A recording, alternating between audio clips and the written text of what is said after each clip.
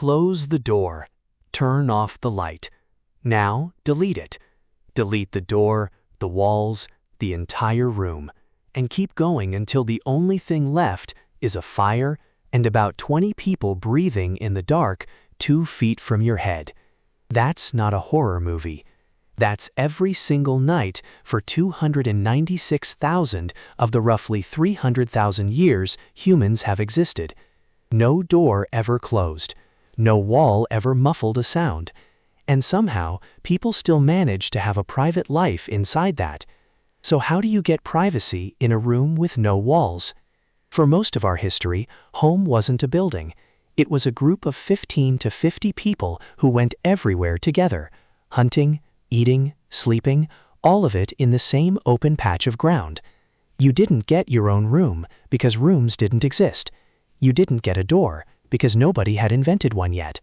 You got a fire, a pile of bodies for warmth, and every single sound you made traveling straight into someone else's ears.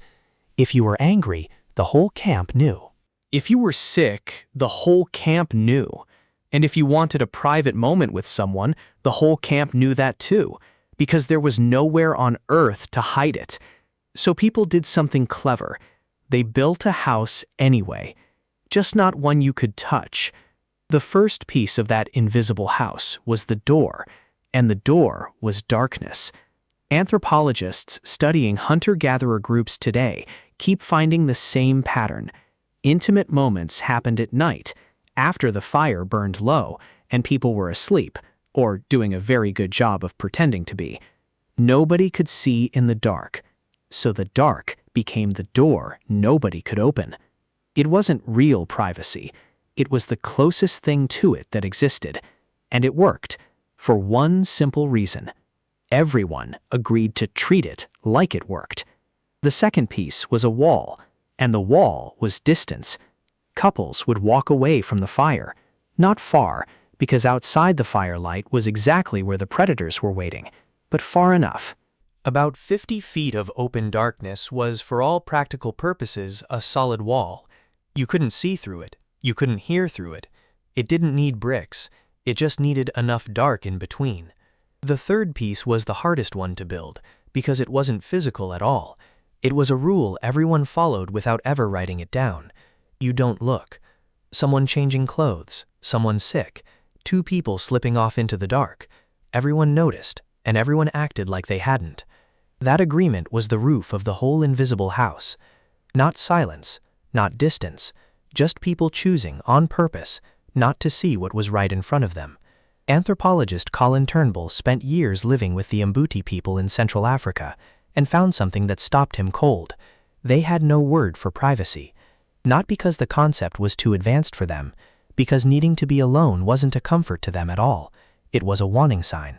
Being alone meant being unprotected, and for almost all of human history, being unprotected meant being dead. Here's a small, unglamorous fact that puts the whole system to the test. There were no toilets. When you needed to go, you walked downwind, away from camp, did what you needed to do in full view of anyone who cared to look, and walked back. Nobody followed. Nobody commented. Nobody looked twice. It's the exact same trick modern humans still use in a public restroom. Other people are right there. You can hear every part of it, and everyone agrees silently to act like they can't. The invisible house still had to fit everyone inside it every single night, and that part never changed for tens of thousands of years. At a site called Ohala II in modern-day Israel, archaeologists found shelters built roughly 23,000 years ago, barely large enough for one family, everyone packed in touching, because heat and safety mattered more than personal space.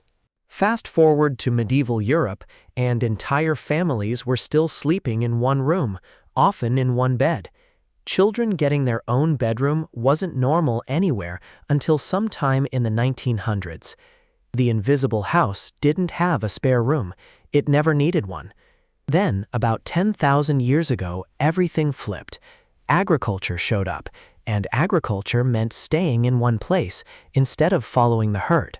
Staying in one place meant building something permanent, And building something permanent meant, for the first time in the entire run of our species, an actual wall, one you could put a door in and close.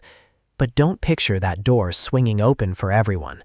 Real privacy, the kind with a lockable room behind it, stayed a luxury item.